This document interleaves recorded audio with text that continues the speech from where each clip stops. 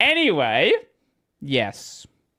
Noob tries gaming on Linux. Let's see. This may come as a surprise to many of you, but I've actually never properly... What a shirt. Again, what a fucking shirt this is. We had the last video with a shirt saying fuck off. Now we have loser. Peak shirt. used Linux before. I know, shocking stuff. But in my mind, Linux has just been a disease you contract staring at spreadsheets too long. But that disgust probably comes from my only interactions with Linux being me just trying to a clockwork orange it onto a device it's not compatible with. Of course it was horrible. Why is everyone only talking about gaming on Linux, not technical side? Because that's boring. And people like video games. He looks like Maximilian, dude. He kind of does, doesn't he? Linux is a very horrible thing. But recently, I've started becoming more and more Linux curious. And then, in my last video, when, again, I tried to a clockwork orange some Linux onto a device it wasn't compatible with, I thought I should probably try Linux on something that isn't... Oh, he tried Chromebooks. Yeah, you gotta put some effort into Chromebook Linux. the tech equivalent of those barnacles that grow on crab penises. So in today's video...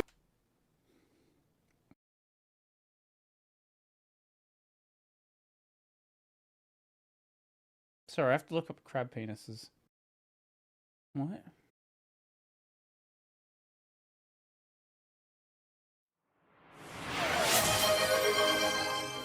What a time to do that. We're not going to do that right now. We're not doing that for React. Right. Okay. Sure. Video, me, a professional tech noob, is gonna do my first proper venture into some Linuxing. Wow! So what I'm gonna do is install Linux on the most recent gaming system I built, which is this one. And the system in question is the all AMD build I did a couple of videos Another smart person. Another person with a brain. Good. ago, which has a 7600 X3D in it with a whole bunch of RAM and Solid. this fabulous look. I'm sorry, did I say DD5? 7600 Good mistake there. Good mistake there. X3D in it with a whole bunch of RAM and this fabulous looking Yeston RX 9060 XT. What the fuck is that GPU? Yeston? That's not a brand that sells here. Yeston 9060. Oh, it's a Chinese brand. Wait, let's find a good picture of it. Oh, we can go to their official store. Here we go. Can I see? Oh, here we go. Anime boys! That is pretty sick looking. They make anime and cat GPUs. What else do they have? Nvidia. What do they have in the Nvidia lineup? That is pretty sick looking. It's a little bit much for me. Oh, they do okay. They do have like clean GPUs as well. Okay, I respect that. Oh, cool. Oh, there we go. Now we are talking. Alrighty then. Anime girl, what? Literally anime fucking wife on the box. Oh, lovely. Weeb fans, let's go. You know what? I respect this. Cute pet. They got 6500s? Okay, sure. Game Ace. Okay, that's that one. Oh my god, what the fuck is... Now that's a GPU. Right. Okay, I did not know this company existed. Also, I don't think we're in the right... Have we moved over to just chatting yet? Why is every anime girl in China called Sakura? Because it's a cute name. That's why. That's basically why. That's why. Shut up, Brodie. That's basically why. That's why. Shut up, Brodie. That's basically why. That's why. Shut up, Brodie. That's basically. Okay, there we go. That fixed it. And then compare the experience to the trusty old syphilitic leopard that is Windows. And depending on how it goes, I may actually commit by the end of this video to using Linux on my personal system at home. But that's only if it goes well. So not to pressure you. It's gonna go well. It always goes well. Riding on this experience for you. Because if it goes well, you may gain one whole idiot. Very exciting. Ooh, we need more of those. Now, the first thing we need to do is decide on a distro for me to use, which, according to Wikipedia, is an operating system that includes the Linux kernel for its kernel functionality, which is, of course, a very helpful explanation. But as far as I understand it, the distros are basically just different versions of Linux, which is a little bit different to the process with Windows. I guess Watch there it are not different be versions Bazite. of it. You can choose between, like, Home and Pro and stuff, which, for my use case, aside from the inclusion of the borderline hindrance that is BitLocker and the higher price, the two are functionally identical. Whereas with Linux, I actually had a fun thing with my housemate in BitLocker. He replaced his CPU but didn't have BitLocker set up correctly. So he ended up having to reinstall his entire system because of BitLocker. We love BitLocker. I feel like which distro you go with is a little bit more consequential. Now, I'm not going to walk you through the pros and cons of various distros, because if you haven't been able to tell up until now, I have no idea. And there is also a borderline infinite amount of these, which is that's not even a full chart, by the way. That's like this chart is missing so many things at first sight. But I did, in my last video, try out a couple of distros, and it did help me make up my mind. Okay. Now, the first distro that I used was Arch Linux, and base. Yeah, I know I'm good. I'm probably not gonna use that one. Do it! Do it, you fucking loser! Instead of using Sweatlord Linux, I've decided to make the process about as easy for me as I think I could. What are we going with? Fedora, Bazite, Ubuntu? Where are we gonna end up? It's gaming, so it's probably gonna be Bazite, but it's possible he lands somewhere else. Mint? I doubt it's gonna be Mint. Bazite seems like the most logical answer at this point. To make it for me by going with Bazite, there we go. Which is a very specific gaming distro of Linux. Bazite is designed for people who want to game and are new to Linux. It's supposed to be pretty easy to set up and have good hardware compatibility. I also like that it seems to be a community-led project. I really think that Batsita is heavily benefiting by positioning themselves as SteamOS, but you can use it now. Hold up. How did Sound Alert just pronounce Bazite? We need we're not moving past that.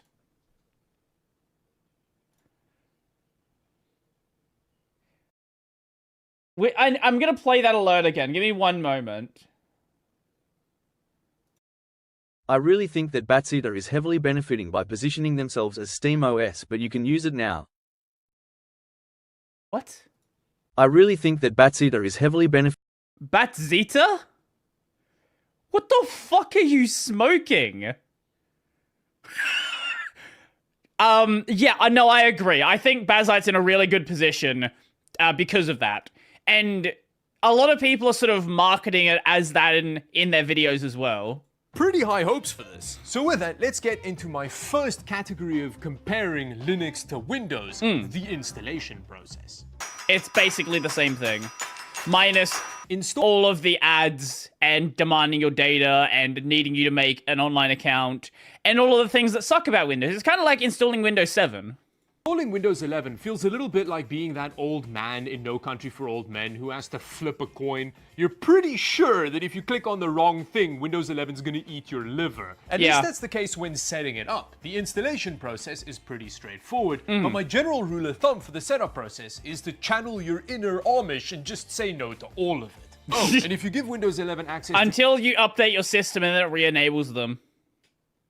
Windows. The internet while setting it up, you've screwed up and you're gonna have to start again. There's just no two ways about it. So what you do when you get to the bit where it begs for internet is you press Shift F10, type in this code. The fact that you have to fucking do this on Windows to sign up without a fucking online account is so insane. The reason this is here is for enterprise installation, where you're doing like a widespread installation of Windows. Code, I always forget it, but this code lets you say I don't have internet when it resets back to that screen, and then you can set it up without internet, which means that it doesn't force a whole bunch of annoying services down your throat. Oh, and the process of making bootable Windows 11 media is also pretty straightforward. Oh yeah, it was replaced by a new command. Right, I forgot about that. You just go onto the tool on their website and it'll make it for you. But this will give you a bit of a bloated Windows install out of the box. Well, how does Linux compare to this process? Well, with Bazite, it's actually really straightforward. You go onto Bazite's website and there's a tool that lets you configure an ISO for you to download. It asks you what— It's not actually configuring anything. This downloader is basically just gaslighting you into thinking that everything's going to be perfect.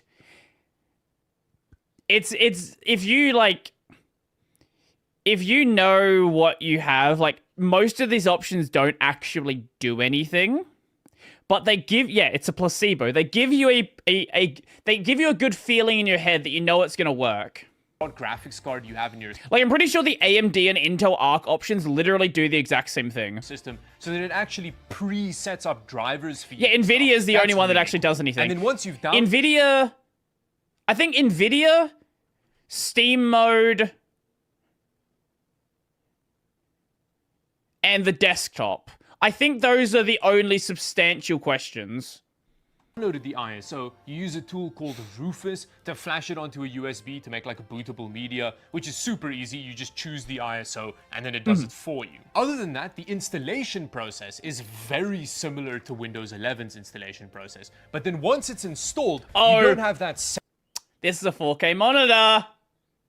Every time I notice a fucking 4K monitor, I don't know why people put up with this bullshit. Just stop it. Stop buying 4K monitors.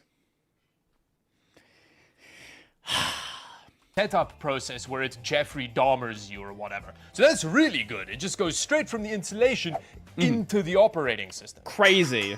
Imagine that.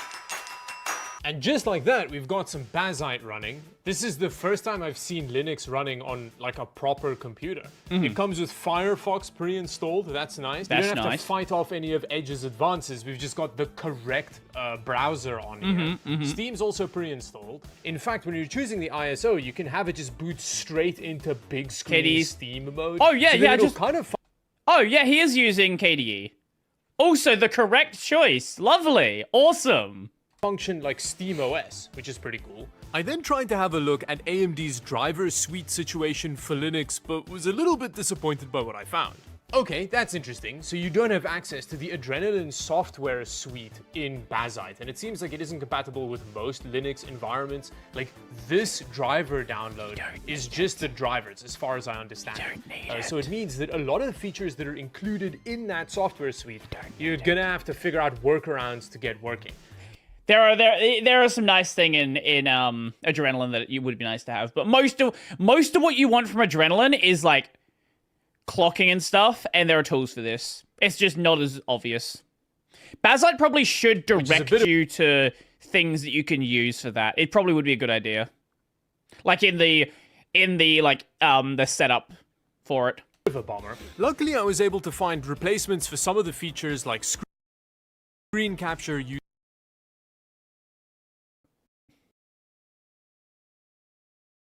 You're a YouTuber. Why is the first thing you not... Why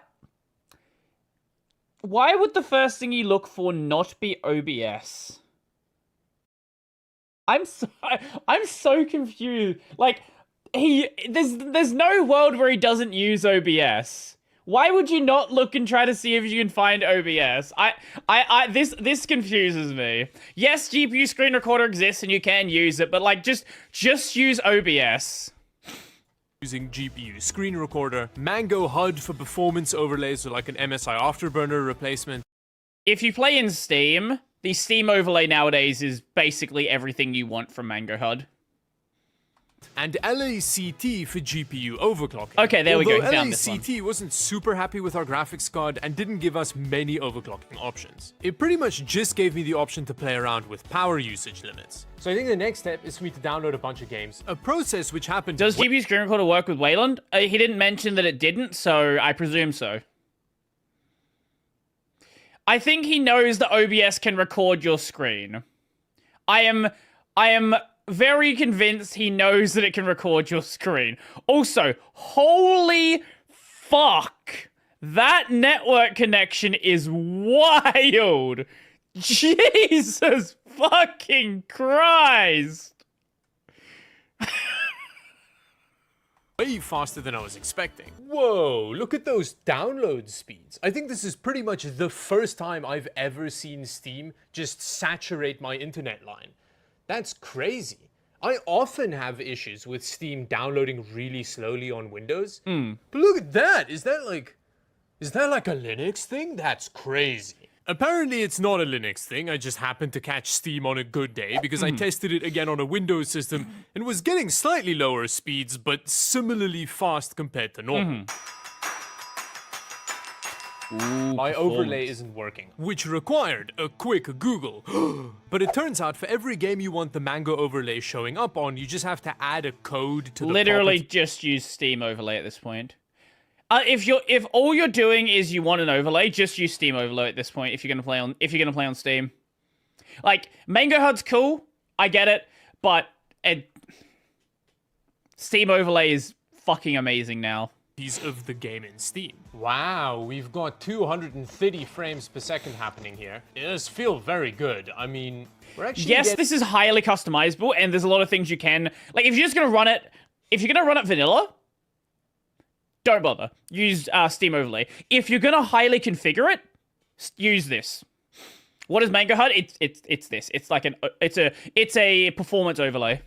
Getting 100% GPU utilization apparently, which is interesting. That never happens. CS2 is infamous for ignoring big parts of your graphics card, but here it was running very well. On first impression, I was blown away by the Linux gaming experience. 1% 173? What?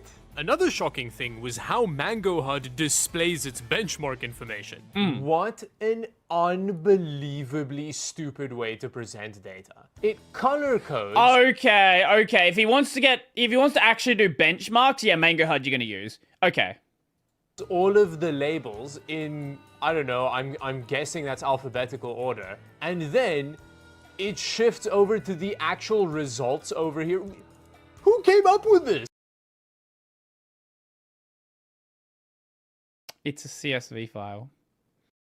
His comment section roasted him about the CSV file. Everyone was roasting him about the CSV file.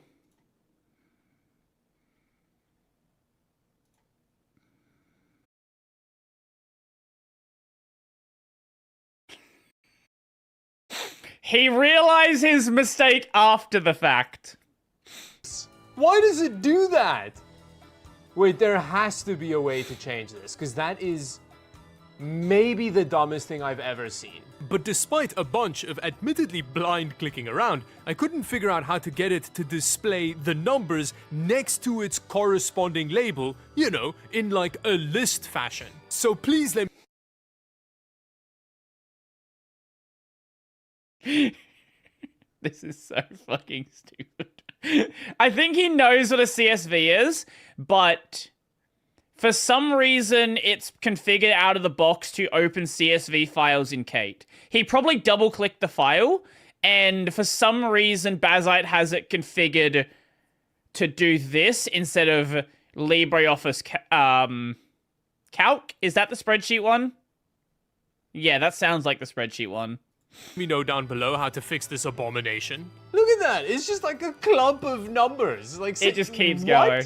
Data outrage aside, how does CS2's Linux performance compare to Windows? Well, straight off the bat, Windows does have a slightly lower GPU utilization. It doesn't have that impressive 100% we were seeing with Linux, which translates into a slightly lower average frame rate at 1440. It's CS2. It literally doesn't fucking matter.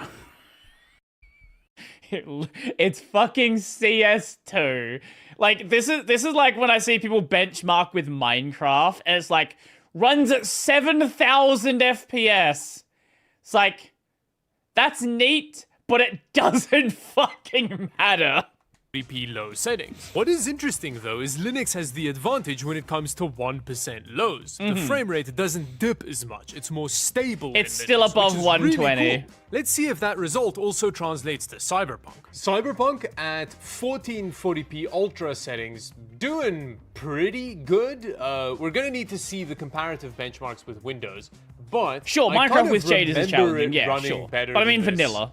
on the Windows system when I tested it a while ago. This does not seem as high as we were getting before. I mean, it is ultra at 1440p, and we are getting around 60. Now, unfortunately with Cyberpunk, Linux falls a bit behind Windows 11 in both the average and 1% lows. The game is definitely still playable on Linux, but there is a bit of a performance impact versus Windows. A delta which gets much bigger once you turn ray tracing on for some reason. A result I wasn't really expecting. I don't know how good the ray tracing support is in the AMD drivers on Linux. I'm gonna assume that it's probably not perfect. Granted, ray tracing on AMD is just not good to begin with. I didn't think just turning ray tracing on would take the performance delta from being kinda small to an absolute dumpstering. So Doom Eternal also running pretty well. This is at 1440p with FSR native AA. So we are actually rendering at 1440p here, which is a little bit out of the game's comfort zone. And you can tell it's like 50 frames per second that we've got going here. It's not the highest frame rate ever, but you know, this is usable because of how this engine kind of functions. This is feeling okay. I'm curious to see how it's going to compare to the Windows result though, because I'm pretty sure there's always ray tracing on with this game. And from our Cyberpunk results, it does seem like that is something that that Linux doesn't prefer. It does seem to track. We lost a whole 10 We is running at 1440 frames per second going with Linux in Doom the Dark Ages. It seems like there's a bit of a performance issue with newer games. But also, what would be wrong with benchmarking at 4K? He's using the same settings across both platforms. the game was still very playable on Linux. Okay, I'm excited to see how Stalker runs because, well, this is a very demanding game. It's running pretty good. We're doing alright. We're doing okay. What is Stalker in? Is Stalker in a real engine?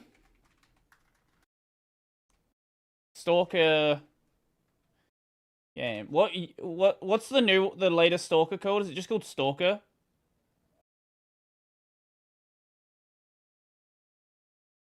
Stalker 2? What's Stalker 2, is that it? UE5. Okay. Okay, we're just under 60 frames per second, so this again is like a similar result to what we were getting with Cyberpunk. I think this is running from everything I'm seeing with UE5 games, I think UE5 is very, very CPU demanding. That's what I'm seeing. Like, his GPU is worse than mine, but his CPU is vastly better.